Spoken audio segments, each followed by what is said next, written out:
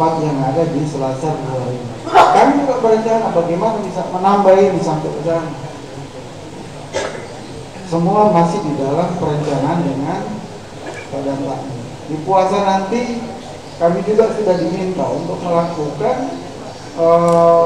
program apa yang akan dilaksanakan di bulan Ramadan nanti. Jadi mungkin Pak Ketua akan diskusi lagi untuk menyusun kembali, karena kita sudah susun sebenarnya di program kemarin, namun laporan per bulannya kita akan susun kembali untuk menyampaikan kepada pimpinan. Bahkan beliau tadi rapat bersama kami bertanya tentang program pada saat bulan suci Ramadan apa yang harus dilaksanakan, termasuk pesantren kilat dan termasuk wisuda Iqro.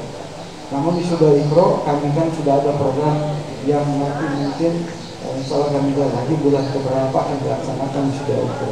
Berapa jumlahnya itu ditanyakan semua. Nah ini sebenarnya bentuk kepedulian di dalam pelaksanaan kegiatan yang di masjid ini. Beliau sendiri mengapresiasi apa yang telah dilaksanakan selama ini dan apa yang dilakukan selama ini. Ya. Kemudian beliau membandingkan juga dengan beberapa tempat dan alhamdulillah tempat kita ini mendapat nilai, kalau boleh dibilang 10 sempurna, dikasih lagi nilai 10. Ya.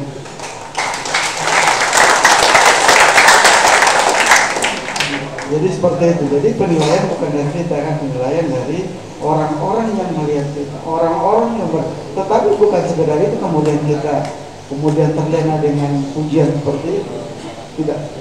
Kita tetap akan melaksanakan walaupun tidak ada pujian-pujian. Tapi itu adalah bentuk motivasi buat kita. Kita melakukan.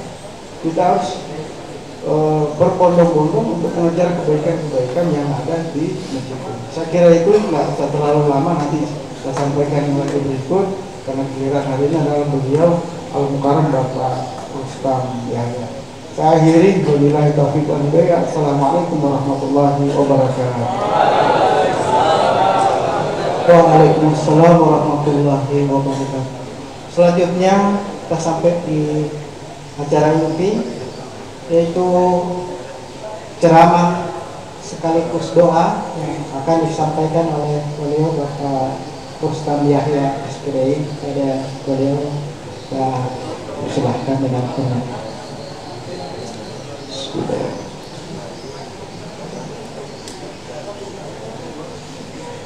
Assalamualaikum warahmatullahi wabarakatuh.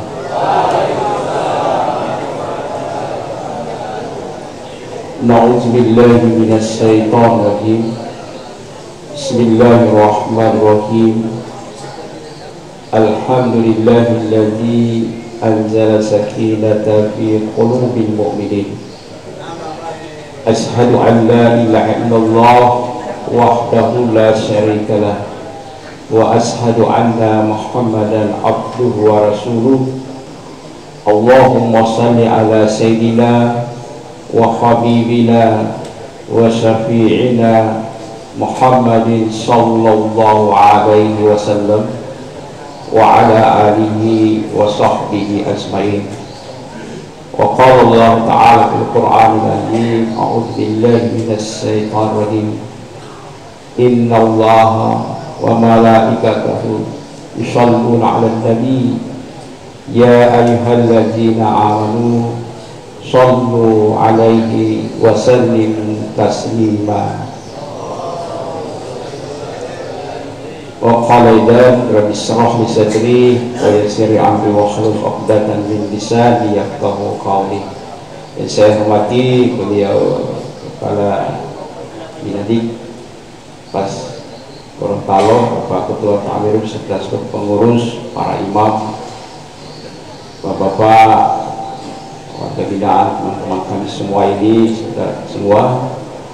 Syukur alhamdulillah kita di sore hari ini seperti sampaikan oleh beliau tadi masih dipertemukan oleh Allah. Saya lupa ini pembawa acara ya. Pembawa acara ini merangkap pejabat juga. Dan setelah membuka Yang biasanya membuka begitu cuma pejabat, ternyata pembawa acara juga jadi pejabat. Luar biasa ya. Jamaah ini rahmati Allah. Pertama kita bersyukur, alhamdulillah kita sudah masuk hari keempat di bulan Syaban. Materi Syaban yang diamanatkan kepada saya terutama Syaban. Dan jamaah dirahmati Allah, ada satu hadis Rasulullah, al-mu'minul qa'imun bi syurutil iman la yazdadu bi tuli umrih illa khairan. Orang mukmin yang beriman dan dia selalu menunaikan keimanannya. Ini bukan sekadar dia meyakini, tapi dia implementasikan. Keimanan itu la yazdadu bitul umrihi, tidak bertambah umurnya kecuali bertambah pula kebaikannya. Jadi kalau kita ini merasa beriman melaksanakan, maka jamaah dirahmati Allah, Nabi sampaikan begini, faman kana zalika, dan apabila tidak seperti itu, fal hayatu khairun minal maut, maka hidup itu lebih baik daripada mati. Mengapa disampaikan begitu? Sebab kalau kita hidup, kita masih bisa beramal, kita masih bisa melakukan kebaikan, kan begitu. Karena apa yang kita lakukan, amal kita ini selagi kita masih hidup. Perintah kita sholat, perintah kita puasa ini selagi kita masih hidup. Apa yang kita alami, penderitaan semua ini selagi kita masih hidup. Sakit ginjal, sakit gula, apa saja itu bukan tunggu-tunggu loh kan. Setelah kita akan tinggalkan dunia ini, setelah berpisah roh dengan jasad ini, maka tidak ada lagi itu penyakit ginjal. Mengapa? Karena memang kita ini Allah yang ciptakan, raga kita ini Allah yang ciptakan, Dia yang kuasa kita. Kemarin saya pernah Pak di satu bengkel sepeda motor, kebetulan servis bilang yang Pak ganti ini Pak, ganti ini. Kalau saya berceramah, alangkah indahnya kalau tubuh ini seperti motor ini. Ketika ada yang rusak, pilih toko. Begitu kan? Rusak ini, pilih toko. Tapi ternyata tubuh ini tidak seperti itu, bukan manusia yang ciptakan, Allah yang ciptakan. Kalau seperti itu, betul Pak Ustaz, berarti kalau seperti itu tidak lagi orang di rumah sakit. Kan begitu. Tidak perlu berhari-hari di rumah sakit. Rusak ginjal ada di toko, di kamar saja gitu. Dan pasti dia bilang tidak ada orang mati kalau begitu. Oleh karena jamaah dirahmati Allah, jasad kita, ruh kita ini adalah semuanya adalah milik Allah. Allah yang ciptakan itu. Sehingga itu ini tubuh jangan dicemari, karena dia adalah ciptaan Allah. Ada satu kisah, seorang teman, kebetulan mereka ini satu komplotan lah, geng. Dulu dia itu masih ya namanya masih zaman ini, jadi namanya minum-minum itu hal yang biasa ya. Kasihkan. Satu saat orang ini dia bilang saya ini hijrah dulu, hijrah di satu tempat, di tempat itu dia bisa berhasil, akhirnya dia bisa berubah. Setelah dia berhasil, dia pulang kampung, mudik istilahnya. Kebetulan teman-temannya hidup tunggal-tunggal, belum ada yang berubah ini. Sampai ketika mereka sudah mau duduk sama-sama, kami takut elapai di mulolo. Dia bilang, saudara Loti, tidak silakan. Mulolo itu tidak taman dia, mulolo itu tak taman dia, apa tidak mau. Lalu dia bilang begini, saya mau ini, saya akan mau ini, tapi ada syaratnya. Apa syaratnya? Orang mau bakar itu masjid, sana masjid yang di pasar, orang mau bakar, orang bakar itu masjid. Orang bilang, latipo, mau bakar itu masjid tidak boleh, dilarang bakar itu masjid. Pasti kalau kita bakar masjid, orang-orang akan marah. Lalu begini, dia bilang begini, sekarang wahai teman-teman, masjid yang hanya dibuat oleh manusia, kau takut untuk merusaknya, sedangkan ragamu, jasadmu yang Allah ciptakan, mengapa kau tidak takut merusaknya? Ragamu yang dibuat oleh Allah, yang kemudian disuruh bersujud melalui sholat itu kan. Di sholat itu kan ada 3 istilah. Tanggul yang modu udu itu artinya tuh dulu bertiba tangan. Ini tuh dulu. Malah kalau kajian-kajian tasawuf itu Pak tangga bertipi lebih dari sholat itu. Jadi selagi jasad ini masih menyatu dengan roh, maka tidak ada istilahnya mau sholat itu tinggal berdiam, tidak ada. Karena memang dalam aktivis sholat itu dirikan diulang, tidak bisa hanya diingat. Kalau cuma disuruh ingat aksi sholat, ingat saja sholat. Tapi aktivis sholat dirikan itu, maka tubuh ini harus sehingga itu kalau orang sholat jenazah tidak perlu rukuk dan sujud, karena yang di sholat tinggal rohnya. Yang kedua adalah bilang mutabiyah. Mutabiyah itu tabiyah, tabiyah uluhiyah. Sehingga itu dalam Al-Quran, dalam surat wasta'inu bisabri wassalah wa innaha laqabila illa ala khasiin alladzina annahum mulaqu rabbihim yajunnuna annahum mulaqu rabbihim. Siapa yang mereka khusus itu? Mereka yang meyakini berjumpa dengan Allah. Itu namanya mi'raj. Jika sholat itu merupakan mi'raj mukminin. Jadi kita sholat ini mendekatkan kepada Allah Subhanahu wa Ta'ala. Dan kalau kita mau khusyuk, seorang ulama bilang khusyuk mausyuk itu paling tidak ketika kau takbir, kau ingat Allah. Jangan Pak ingat misalnya dapat lupa kamar nasi di kamar, jangan itu. Karena yang kita ucapkan itu Allahu Akbar, Dia yang Maha Besar. Dan kalau keyakinan kita kepada Allah seperti itu, jamaah dirahmati Allah, ada satu perkataan seorang ulama namanya Syekh Muhammad bin Ali Ba'alawi.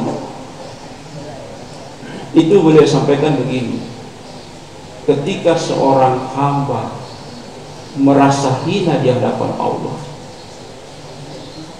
merasa hina di hadapan Allah, maka akan nampak kemuliaan dan keluhuran Allah. Orang ini tidak mau tunduk karena dia merasa, yang merasa itu yang bahaya. Tapi kalau dia merasa hina bahwa tidak ada daya dan kekuatan, hanya itu milik Allah, maka disitu akan nampak kekuasaan Allah. Kemarin Los Angeles yang merasa bisa melakukan hal-hal, tapi ternyata hanya sekejap dihanguskan oleh Allah. Itu baru kecil Bapak Ibu. Manusia saja dengan ilmu pengetahuannya. Saya pernah dengar beliau Pak Habibie bilang begini, sebenarnya kita ini ilmu pengetahuan yang kita miliki ini kecil di hadapan Allah. Itu bom yang menghancurkan Hiroshima itu hanya bom itu dari atom yang memecah partikel-partikel yang ternyata di partikel situ, disitulah kekuatannya luar biasa. Disitulah kekuatan dari atom. Yang atom itu kalau di dalam ilmu pengetahuan itu adalah bagian yang terkecil, tapi ternyata bagian yang terkecil itulah, disitulah kekuatan yang luar biasa. Seperti dia bilang di akhir itu, kalau saya disuruh pilih mana agama dengan ilmu pengetahuan, dia bilang agama itu. Karena saya miliki tidak apa-apanya dengan apa yang Allah. Sehingga jamaah yang dirahmati Allah Subhanahu wa Ta'ala, di dalam perkataan beliau, ketika orang merasa ini pasti dia akan nampak mulia. Jadi jamaah yang dirahmati Allah, sehingga hidup ini kalau kita ingin mulia, hidup di dunia akhirat, muliakan perintah Allah. Kalau kita ingin mulia dunia akhirat, maka muliakan perintah Allah. Yang kedua, kita harus mengakui kekuasaan Allah Subhanahu wa taala. Tadi sampaikan subhanalladzi asra bi 'abdihi. Kata subhana itu maha suci Allah. Artinya maha suci Allah, dia itu tidak ada kekurangan apapun. Dan kita pun tidak boleh menyamakan Allah dengan sesuatu. Laisa kamitslihi syai'un. Jangan membayangkan Allah itu saya duduk di kursi dia duduk seperti ini. Seperti itu. Jadi jemaah, dia tidak ada yang bisa menyamai. Kita saja manusia ciptaannya, dari sekian miliar manusia tidak ada yang rupanya sama, walaupun kembar. Kalau kita ahli desain, pasti kita kehabisan akal juga bikin bagaimana ini supaya tidak sama. Tapi ini Allah Subhanahu wa ta'ala. Jadi jamaah yang dirahmati Allah, ketika akan muncul bahwa hanya dia yang maha kuasa segala sesuatu, sehingga itu kalau ada kebaikan amal yang kita lakukan, minta kepada Allah, ya Allah berikan aku bantuan supaya saya bisa. Dan ternyata benar, kita tidak punya daya. Coba kita Bapak Ibu, di dalam hadis Rasulullah, fa ija sami'a mu'azzina, hadis Rasulullah, apabila kau mendengar orang mengatakan azan, maka ucapkan seperti yang muazzin ucapkan. Sehingga ketika diucapkan Allahu Akbar, asyhadu an la ilaha illallah. Tapi ketika panggilan hayya 'alas shalah, apakah kita ucap hayya 'alas shalah? Yang kita ucapkan apa? La haula wala quwata illa billah. Saya bisa ke masjid dengan memahami Allah. Saya bisa begini karena Allah. Kita bisa berikan Allah Subhanahu wa ta'ala. Sehingga dalam setiap kebaikan, mau sholat saja ista'in bisabr, mau sabar saja minta pertolongan kepada Allah. Ini semua kuasa minta pertolongan ya Allah supaya saya diberikan oleh Allah kekuatan. Semua makan sahur itu, apalagi ini semua kuasa ini yang paling susah melawan itu malam itu. Sumpah sahur itu memang betul heraka itu. Tapi itu yang kita lawan. Nah, kita melawan itu, kita minta kepada Allah, berikan aku kekuatan ya Allah. Sehingga itu setiap melakukan sesuatu ista'in bisa jamaah dirahmati Allah.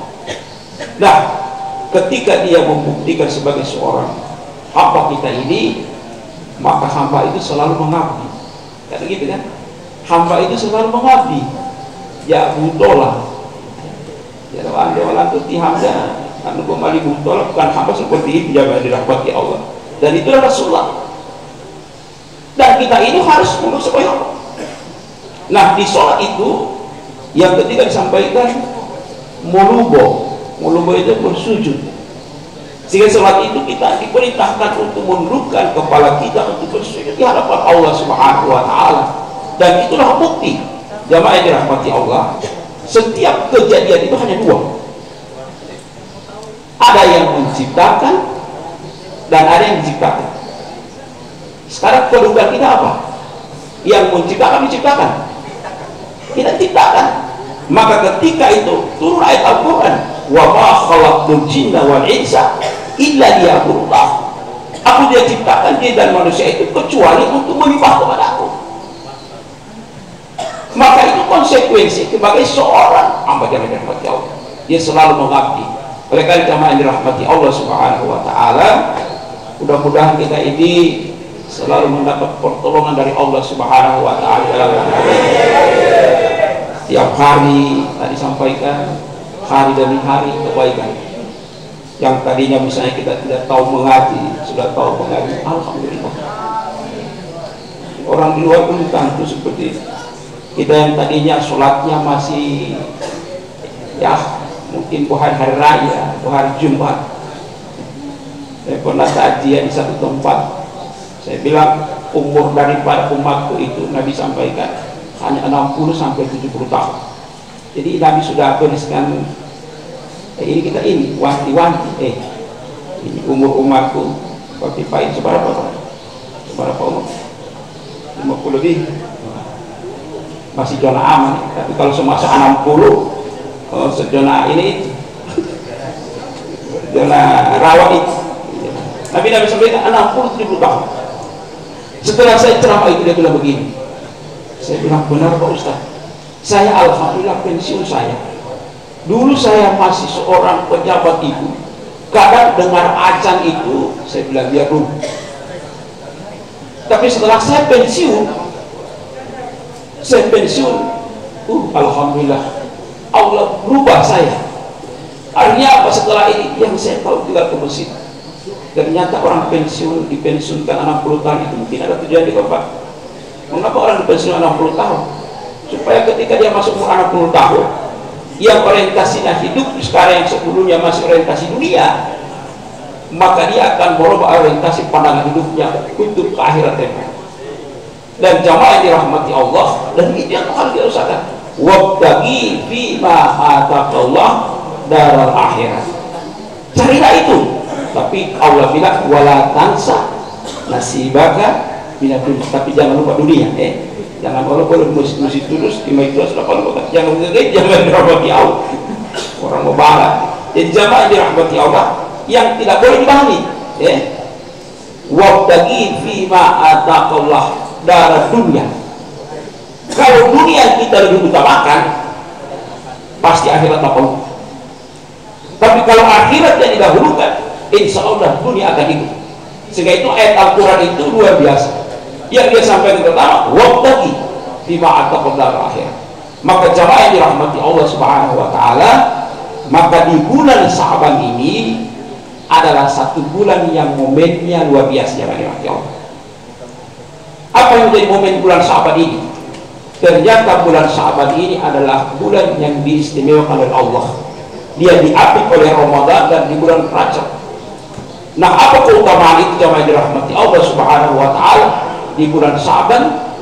Yang pertama, dia menjadi istimewa karena ternyata Rasulullah itu paling banyak dia berpuasa itu di bulan Sa'ban, selain di bulan Ramadan sebulan penuh. Dan itu hadis riwayat Aisyah radhiyallahu anha, beliau sampaikan, wa ma ara'aitu, tidaklah aku melihat Rasulullah sallallahu alaihi wasallam ista'mala siyama sahrin qattu ila Ramadan. Tidaklah Rasulullah itu aku lihat dia menyempurnakan puasa sebulan itu kecuali bulan Ramadan. Wa ma ra'aitu, dan aku juga melihat Rasulullah fi sahrin aqsara siyama fi Sya'ban minhu siyam fi Sya'ban. Dan aku melihat Rasulullah itu banyak melakukan puasa di bulan-bulan lain kecuali di bulan Sya'ban. Sehingga itu jamaah yang dirahmati Allah Subhanahu wa Ta'ala, itu berarti bulan Sya'ban itu adalah bulan yang mulia. Kalau Rasulullah itu memfokuskan dengan satu ibadah, berarti bulan itu bulan yang mulia. Coba lihat, bulan lain Rasulullah tidak itikaf. Mengapa Rasulullah di bulan Ramadan itikaf? Berarti di bulan itu ada bulan yang istimewa. Jadi di bulan Ramadan itu. Begitu pula mengapa Rasulullah banyak puasa? Karena di bulan itu ada bulan istimewa. Yang kemudian dalam hadis berikut juga di bulan itu adalah bulan diangkatnya amal kita. Jadi ada laporan kita ini, kalau di istilah pemerintahan laporan tahunan. Laporan tahunan ini kita punya apa istilah kinerja apa kita ini. Nah, jamaah dirahmati Allah, di bulan Sa'ban ini laporan kita jamaah dirahmati Allah. Sehingga Nabi itu menyampaikan wa huwa sahrun, yakni di bulan itu sahrun yarfa, diangkat amal kita ila rabbil alamin, kepada Allah Subhanahu wa Ta'ala. Allah angkat, sehingga Rasulullah fa'uhibbu, maka aku ingin ketika amalku ini diangkat, maka aku sedang berpuasa. Sehingga itu Rasulullah. Jadi mudah-mudahan kita ini di bulan Sa'ban ini amal-amal kita yang diangkat itu adalah amal-amal yang baik. Amin ya rabbal alamin. Allah seperti itu jamaah dirahmati Allah. Yang ketiga, apa keikhlasan semalam? Di Sa'ban itu ada malam yang luar biasa, dan mohon jangan dilewatkan momen ini. Kalau di istilah ada promo itu bagi-bagi voucher Allah. Apa itu? Di malam nisfu Sa'ban. di malam nisfu Sa'ban itu jamaah yang dirahmati Allah Subhanahu wa taala. Ya Allah memandang para umatnya ila khalqihi. Ya para jamaah yang dirahmati Allah fi lailatin nisfi Sa'ban. Kemudian Bapak Ibu fayaghfiru di jami'il khalqihi, dia akan ampuni kita dosa ketika kita banyak beristighfar di malam itu. Yang kemudian kecuali ternyata tidak semua diampuni. Siapa yang tidak ampuni? Lil muslim, orang yang sirik, menganggap masih ada yang lebih dari Allah. Tidak dari kita. Sering kita ini hidup itu begitu. Apalagi kalau dalam kehidupan, kalau yang baik dia punya saya orang tanam sawah, jadiin sawah ini, dia bilang bocah tahun berhenti angin berhenti pupuk putih pilo make uti pupuk luar biasa kira jabot pilo puluh putih lo malihara putih paling uti sampai kagak lagi. Tapi ketika itu padi kerusak jalawani